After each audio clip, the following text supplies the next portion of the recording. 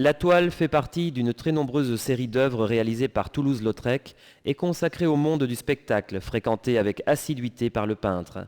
À part de véritables tableaux, Lautrec créa également plusieurs affiches et lithographies faisant la publicité de spectacles et d'artistes de variété de l'époque.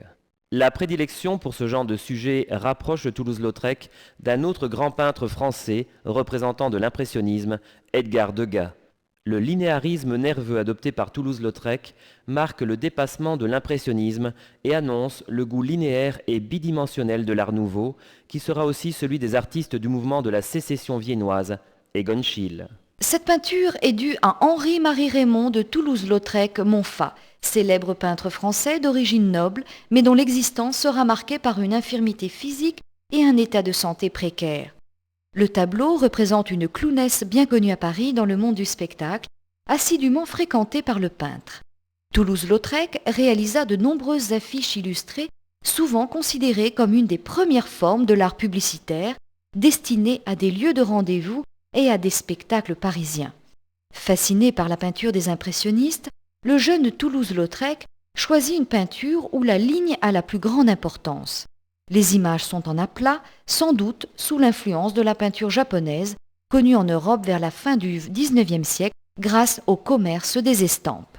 La peinture représente Chahu Kao, danseuse du Moulin Rouge et clown très connue. Son nom signifie naturellement Chahu Kao, d'après le titre d'une danse frénétique à la mode à cette époque.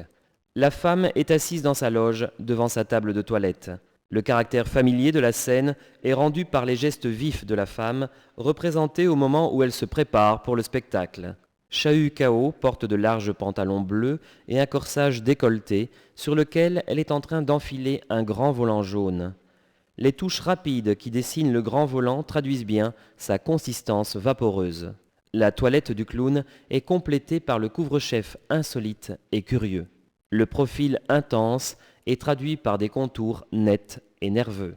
Presque toute la surface du tableau est occupée par le corps immense et étalé de la femme assise.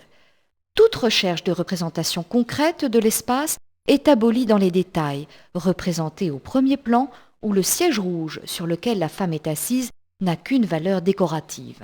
En revanche, l'impression d'espace provient de la représentation des objets au deuxième plan et de la torsion du corps de Chahu Kao vu de dos.